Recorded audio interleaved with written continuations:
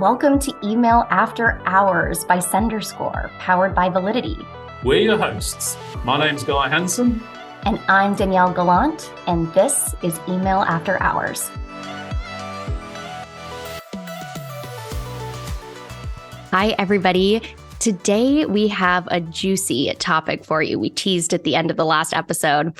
We are going to discuss the impact of emails ending up in the dreaded spam folder, how this can drain a sender's time, their patience, and of course, their revenue potential. And as we'll learn today, Guy, spam folder placement can happen to anyone, even those who are committed to following best practices, right? It can, and I think that's the exciting part of today's conversation, because we're also going to delve into what you might call a battle of ideologies, that tug of war that sometimes occurs between your marketing leadership, who want to send more to make more, and your deliverability experts who know that this has consequences. So who's right and who's wrong? We're going to find out today. And let's start with some guest introductions. We're lucky to have two guests on the podcast today, both powerhouses. First up, we have Kate Adams, who is Validity's SVP of Marketing. And we've also got Jason Crichton, who is the Director of Customer Success here. I'd love to just start by asking, of course, we know your titles, but who you both are, what you actually do in your day job. Kate, why don't you kick us off? Yeah, sure. Thanks, Danielle. It's so great to be here with you guys today. So as you mentioned, my name's Kate Adams. I'm the SVP of Marketing for Validity. I have been in marketing for, going to date myself here, but more than just about 16, 17 years, coming up on the anniversary here. And throughout that entire time have had connections, obviously, with email marketing because it's such a huge and vital channel. So really excited to be here today and talk about all of the mistakes I've made along the way and how Jason always saves me. And Jason, how about you? My name is Jason, as you had said. I'm the Director of Customer Success here. I've been in the email industry and data analytics combined, and I'm going to date myself much like Kate just did, probably coming up around 22 to 23 years for my career. And my job here is to help people like Kate and help educate people on best practices to help get in the email inbox. Not dating yourselves. It's absolutely fine. I've got the grey hairs to prove how long I've been in email. So listen, I mean, we're here to talk about email from an email perspective. And Kate, let me put this one to you first. You know, we run a highly successful email program at Validity, but, you know, with success comes challenges. When you think about our email program, what keeps you up at night? Yeah, Guy, that's a great question. You know, we do have a really highly successful email program here in large part because we get to work with people like Jason every day. But really, it's when I think about what keeps me up at night about it, the biggest thing that keeps me up at night, and I've been doing this marketing to marketers game for quite some time now. And one of the things that I enjoy most about it is that it always pushes me to the top of my game because I know that the folks that are receiving it know how the sausage is made on the back end and will hold me to account for mistakes that I make and always push me to be better, right? And so I always have to remind folks over and over again there that, hey, look, we've got to keep pushing forward. We've got to push ahead. All eyes are on us. And so I always challenge our team to think about, like, I don't just want to have kind of no noise around our program. I want people who are tweeting about our emails, and they always look at me like eyes wide open. I'm like, who's going to tweet about an email? Shockingly, we have had that happen a few times. And so that's really what keeps me up at night all the time. I'm always thinking about how are we leading from the front, right? How are we really pushing ourselves to get better each and every time? I'm with you. And you're right. I mean, because of who we are, it almost sometimes feels like we're held to a higher standard. You know, we got to be seen to be drinking our own Kool-Aid. And Jason, does that resonate with you? Yeah, very much so. What keeps me up at night is that we're drinking our own Kool-Aid and supporting people like Kate and obviously our clients. You know, obviously coming from where I'm sitting, I want us to be successful, but I also want us to be responsible at the same time. And I'm very much aware of the fact, and I don't discredit the fact that there's ROI and all kinds of stuff that we have to hit. I totally get that, but we need to do it in a way that is responsible and a way that will allow us to reach more people. The analogy I like to use a whole lot is, would you rather drink from a fire hose or from a garden hose? Most people would prefer a garden hose. That's really the approach you want to take. And there's a way to do it where you can still make progress. It's just doing it the right way. That's what keeps me up at night, is making sure we're doing that. I think that's absolutely right. So let's dig into that a little bit. You know, we've kind of hinted at it, and guess what? Validity generally gets great deliverability with our email programs, but there's the odd campaign where our outcomes are maybe not as great as we are hoping for. We had an example of that late in 2022. So, Kate, do you want to set the scene just in terms of explaining to our audience what we were trying to achieve that particular day? Yeah, I would love to do nothing more than that, guys. So I'm sorry, straight onto the hot seat. It was a fateful day. And go ahead. it wasn't just one day. I mean, certainly we executed that email on one day, but it was months and months of work that was leading up to it. And I know that a lot of marketers listening to this podcast, hopefully will have a lot of empathy with the scenario that I'm about to talk about. But we've been working really, really hard. And when I say we, I mean our product and engineering teams had been working really, really hard at bringing a new product offering to market. And so this was really months and months of work that the organization had invested in bringing this product to market. So there was a lot of focus and a lot of eyeballs on what was going to happen when we brought it to market. And the other key component here, and really important component of the story, is because we don't really have an offering or didn't have an offering that met the needs of small to medium-sized businesses prior to this, we really were excluding those people out of our email campaigns and not emailing them very frequently because we didn't have a solution that could meet their needs.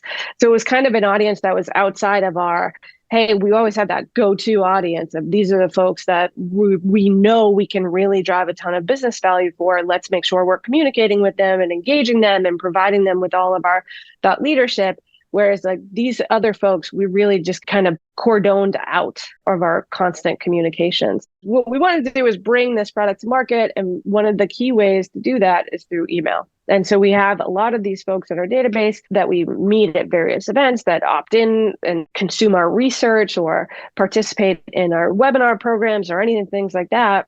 And so in order to reach them, we kind of took some of our usual guideposts off and said, hey, we really want to tell as many people about this. We're super proud of the work that our product and engineering teams have done, and we want to tell as many people about this as possible. And so that kind of all led up to this email campaign, a number of different emails that were going out over a period of time. We pulled the elastic back there and we're ready to get the send out to all these folks. And so as a result of doing that, we ran into a number of different challenges. And Jason, maybe if you want to explain or go through those. Sure. Yeah. So as Kate had mentioned, we had a program that was going to be going out, and there were a couple of things where, and I'm going to caveat everything I'm about to say here, is that we're all human here. Nobody's perfect, even us here, believe it or not, as much as we like to think we are sometimes. We're not. We make mistakes too, but we can identify them, then pivot and make the course correction to get where we need to go. So as Kate had mentioned, we had a segment that we kind of just basically took the guardrails off, as she had said, and she's completely right. So what that ended up doing, that was pulling in people who didn't have good engagement with us, that didn't have a good cadence record behind them. And the reason I'm pointing those two things out in particular to start here is that most mailbox providers across the board, there are two things that they care about very, very much: cadence and engagement. And the audience that we had pulled back in didn't have either of those, which was a detriment to us, right?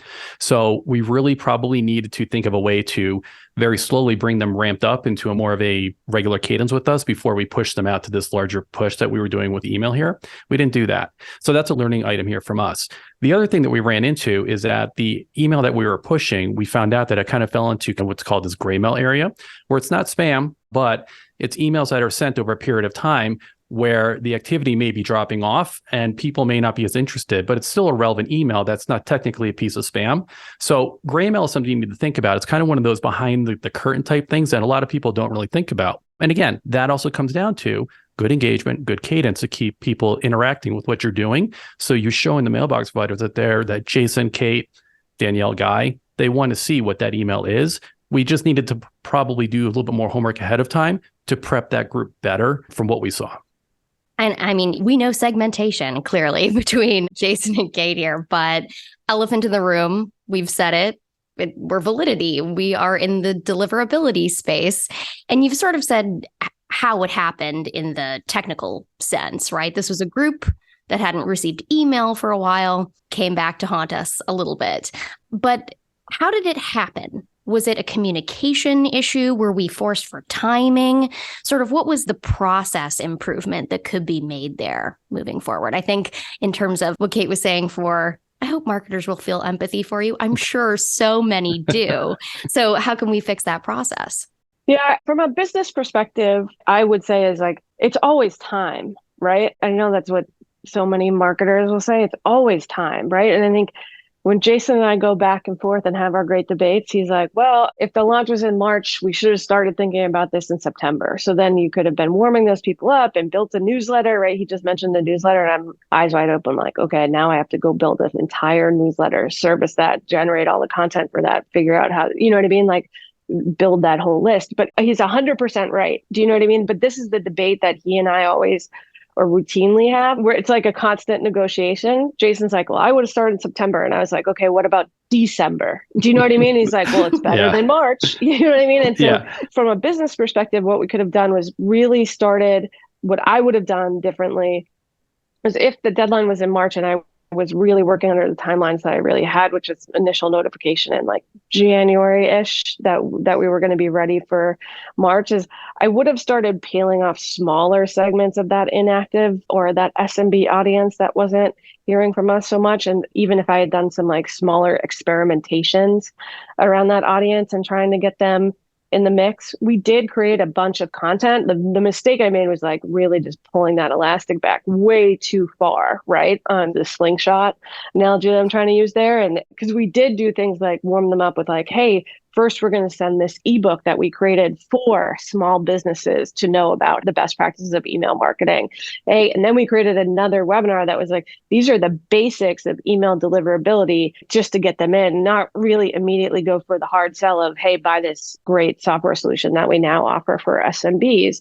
But I would have done that way more experimentally and in smaller audiences, and then studied those metrics more and better.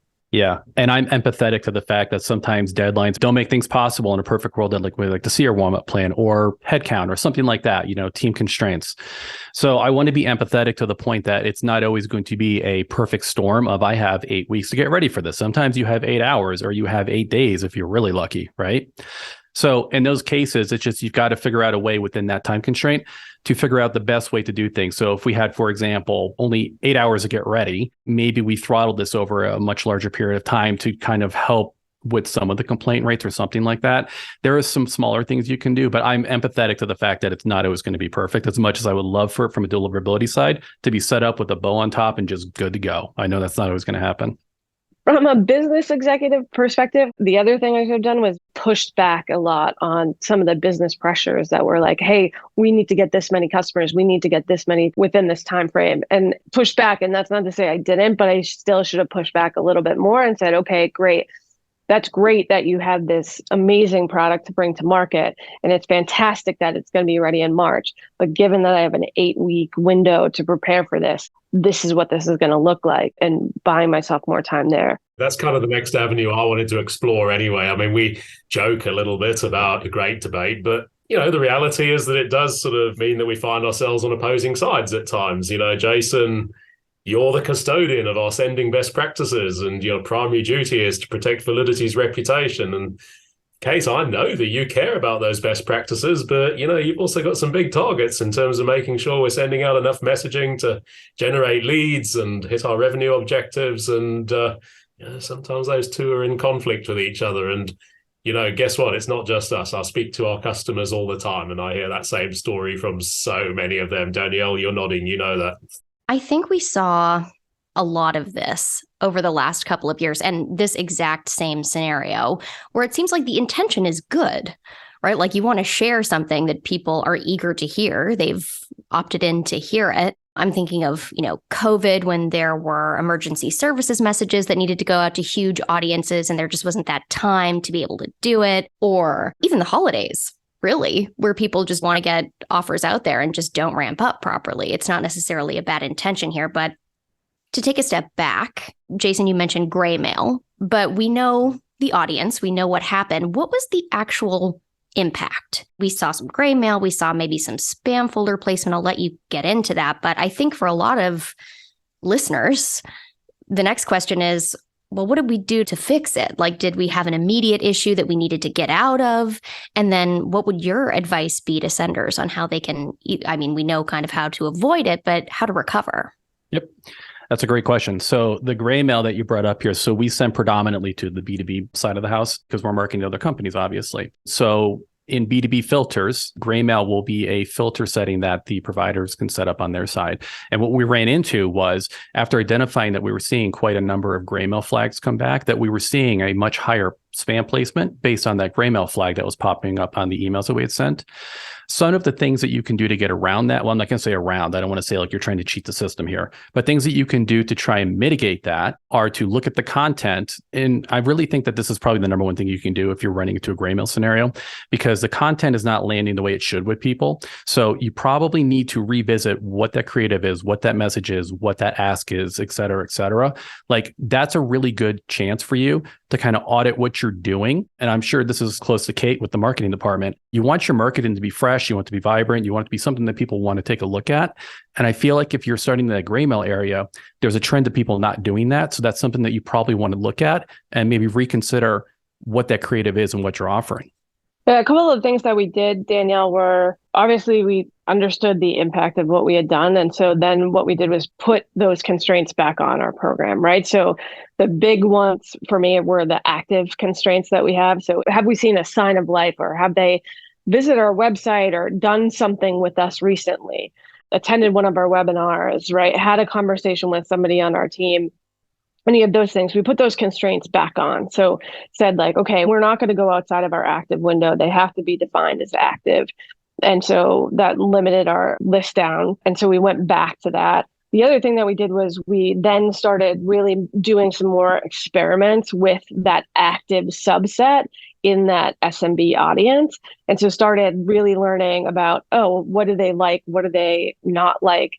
The other thing that we are still in the process of working on is implementing that re-engagement campaigns. We had some, but didn't go as long as I think we potentially should. And also, I think we refactored some of the offers that were in there. So really changing those up significantly. I think that also helped. But really, it was going back and showing the mailbox provider, specifically Microsoft and Outlook and all B2B senders and all those spam filtering technologies, that we are a good reputable sender, right? That we had this peak and now we're back down and we're doing the things that are right. And our engagement rates and our complaint rates and our opt-out rates all have fallen. And eventually those mailbox providers and filtering companies learn that about us. We're back to normal levels for us, like incredible deliverability. I think that's such a good point. And when we did our last State of Email webinar, we actually did an audience poll where we asked our audience, is deliverability getting easier or harder? And 2/3 of the respondents said it's absolutely getting harder. And yeah, Jason, I'd phrase that as a question for you, because I guess we see that with our own email activity, don't we? And what do you think some of the reasons are? I mean, there's a couple of reasons that I can think of offhand. One is just Validity is not the only person sending emails to everybody out there. We're competing against, pick your number of people at any given time, right? As well, people's interests change. I mean, think for yourselves. Do you like the same things that you liked 20 years ago? Probably not. Things are going to change. So you've got to be able to kind of pivot and really read your audience. And I just want to lean back on something that Kate said.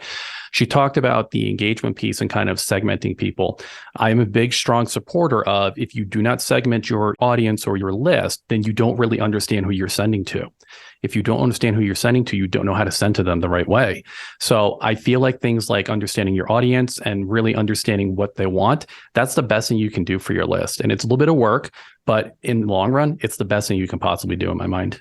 Just to build on that piece a little bit more, we did two other things too that I think were really important. One of them is we got way more targeted with that SMB audience and how we found them. So what we started to do is like, oh, you're an SMB person who actually downloaded this ebook, and we made it super highly relevant to just that one book. Just in terms of scale, we are publishing probably 2 ebooks a month, so 24. So just to get the audience on one of those is significant. It's a significant amount of work, but we started to do that, and the results were astronomical in terms of what we were able to see in terms of how we made that hyper relevant of a message.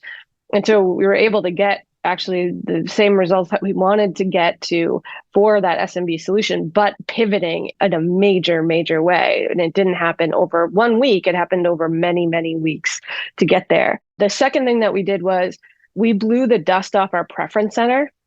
And I always say that our preference center, it always gets a bad rap because it's always that thing that's sitting in your backlog of like, yeah, we got to get to that, but we have this launch and we have this webinar and we have this event and we have this, it's like, and there's so many time bound things. You so rarely are able to like get to the backlog and say, okay, let's do this. So we were able to really blow the dust off that and say, no, we're going to go way more granular with our preference center. It's not just in or out. It's going to be in or out. But if you're in, what do you want to hear about? What are the topics that you want to learn about? And we'll send you only emails about those topics. And what's the frequency that you want to hear about them? Because that's how often you'll actually hear from us, and we can implement that. And so we did those additional items there. And I think that made a significant impact for us too. Yeah, I want to touch on that. That's a great point, Kate. And I didn't get to that. The preference center, I'm going to caveat this with, it's more than a little work for a preference center. It's a lot of work. I'm not going to lie. But the return pays you back in spades because basically it's free data because your subscribers are telling you what they want to see and when they want to see it. If you set it up that way, right? They're giving you the roadmap to be successful with them. You would be a fool not to take advantage of this. Fully understanding a preference center can be a large undertaking, but if you have the resources and the time to do it, I highly encourage everybody to have a preference center just for that fact alone, because you really learn who your clients are and you can send to them intelligently at that point. I hear a lot of overlap, interestingly, with B2C senders, like preference center, optimization, understanding your audience, segmenting, both for your audience's sake and for the mailbox provider's sake. But we know, and even just a couple of episodes, we've already addressed that B2B is a difficult channel, right? Like there are unique challenges that come with a B2B program. So if you guys were starting from scratch, let's say we didn't have a list, we were just getting ready, what are some of the fundamental rules for B2B senders to follow, maybe some things they should avoid to get away from, as I said, that dreaded spam filter and spam folder? I'm just, in my own experience, I know data quality can be a particular issue. I know frequency sometimes is a problem, but what do you guys think of that? What's your opinion there? Don't buy a list. I'm so glad you said it because I was going to make a lot of enemies if I said it. B2B gets a bad rap sometimes, right? Because we're like, oh, we're businesses marketing to other businesses. And it's like, no.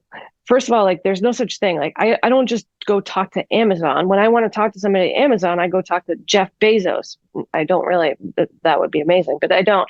You know what I mean? It's humans. There are humans inside that business, and our team is not made of robots. They're also humans. And so it's humans writing to other humans. I think the B2B acronym is so misunderstood and sometimes dehumanizes things in such a way that it just boggles my mind sometimes. I have this entire rant actually of how B2B has kind of acronymized, made everything an acronym. And it's like, okay, I work in B2B and I'm here to generate MQLs for my SAOs so they can drive them to SQOs and we can get to close one. And it's like, what are we talking about? Right? It's like the reason why B2B marketers exist is to start and continue and nurture conversations with people within our organizations. That's why we exist. And so really making sure that we knock that down. But like, to me, I think it just gets such a bad rap. But my number one tip, like you're just getting started, is you're going to be so tempted, right? And we all know it. Every B2B marketer gets these, is like you get those read receipt emails from those shady vendors that are like, hey, Kate, are you looking for a list of Salesforce users? And it's like, what? Like, no. And no, I'm not sending you a read receipt on my email. But I think that is such a mistake, right? Don't buy a list. I know it will be harder, but I promise you that buying that list is going to get you nowhere. So build your list from human interactions that you have with human beings.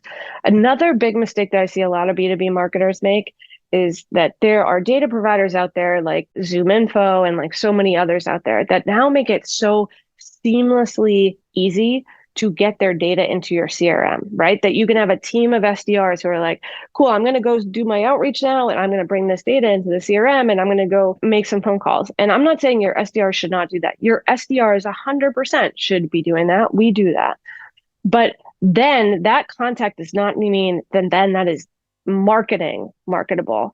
And even at our organization, which is always fascinating to me, like sometimes I have salespeople who look at me with the eyes wide open being like, what do you mean you can't market to these people? And I'm like, they didn't opt in for our marketing. I can't market to them. Like, they're excluded from everything we do. And so that's a huge concept, like a huge mistake that I see many B2B marketers make is not to segment that, to your point, Danielle, on data quality, not to segment that data out and realize what is marketable and what is not. Jason, how about you? Anything in addition to what Kate said here? I would say that Kate's my new best friend because everything she said was amazing. I agree with her wholeheartedly. Buying lists is the worst thing you could possibly do. I know it's a popular thing to do. Here's what I'm going to say to this. This is not the fun answer. It's not the cool answer. It's not the sexy answer. Slow and steady wins the race. That is how you make progress. You don't win the race by buying a list and trying to run that marathon with the list. You're going to burn yourself really, really hard. Stay away from that stuff. Really what you want to do, you want to get your leads organically. You want to get them in a manner that is ethical, right? If you're getting leads in from a third party, Kate mentioned Zoom, you don't know where that data came from. It's not your data. I would be validating everything. If you're not validating stuff to make sure it's correct, you're probably running a 50-50 chance of something blowing up in your face. But largely speaking, just if it feels like it's too good to be true, it probably is, and it's not going to work out for you in the long run.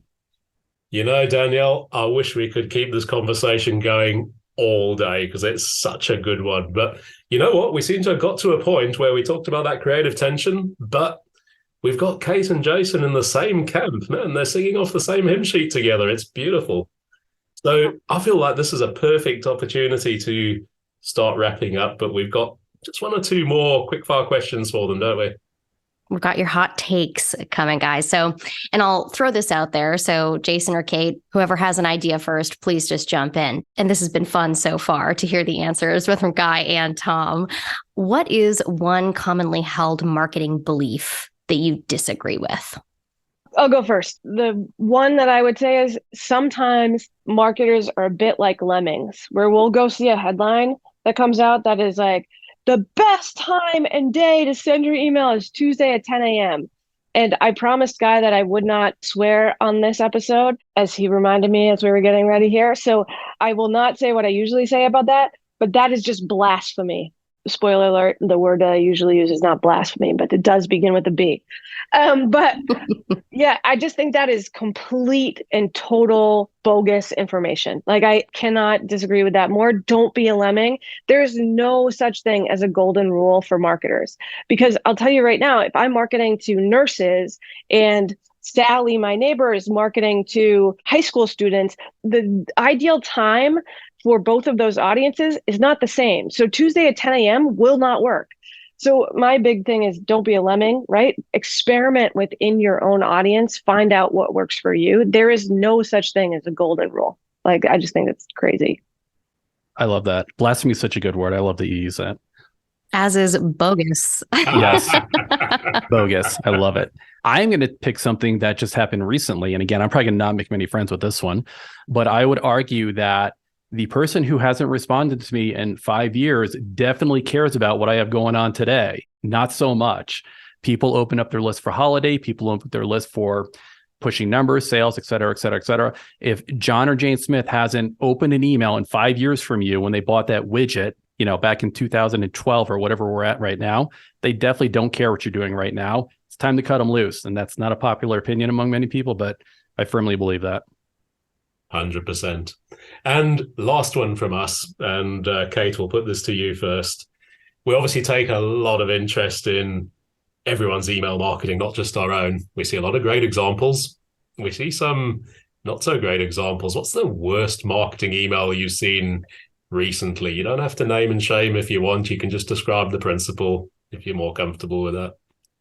Well, I think I alluded to it earlier, is that, hey, do you want to buy this Salesforce list? And it's like, what are you talking about? The other ones that drive me crazy are, as a VP of marketing, you must. And it was like, come on, like, you know way more about me. And I know you know way more about me because I've accepted your cookie policy and all these things. That you know way more about me than just that I'm an SVP of marketing. Like, you can do better than that. But this whole idea, Guy, around I say this a lot, is like tokenization versus personalization, which is like, just because you have my title doesn't mean that is how you should design the email that you send to me. You know way more about me in terms of the web pages that I visited or the items that you know are in my cart that I didn't complete. So many other things. I think you can do way better than that. Those are two of the things that really get me most of the time. Absolutely. All that rich first party data we keep talking about, use it. What about you, Jason? So I'm going to pick an example that leans into a comment I made earlier in the discussion here. So I got an email probably about a week ago for solar panels for my roof, which actually was a really good deal. They look nice. Everything looked great on it, except I live in an apartment. So I'm not your ideal client. So you might want to target just a tad bit better here. So again, take the time to understand your audience and your ROI will go up at some point. My apartment complex isn't buying solar panels. I'm sorry. That's fantastic. I thought for sure we were going to get our first name named here, Guy. I can't wait to see who's actually going to do that. But thank you so much, Kate and Jason. I'm sure that everybody who's listening to this episode is going to hear just how passionate you guys are about our program and about email. And we just want to say thank you so much for joining us. It's been such an awesome conversation. Yeah, it's been great on here. I really appreciate the invite, guys. Yeah, thanks for having us. I appreciate it. Be sure to tune in next time and hit subscribe so you don't miss any future episodes. To all you sleepless senders out there, thank you for joining us after hours and see you next time.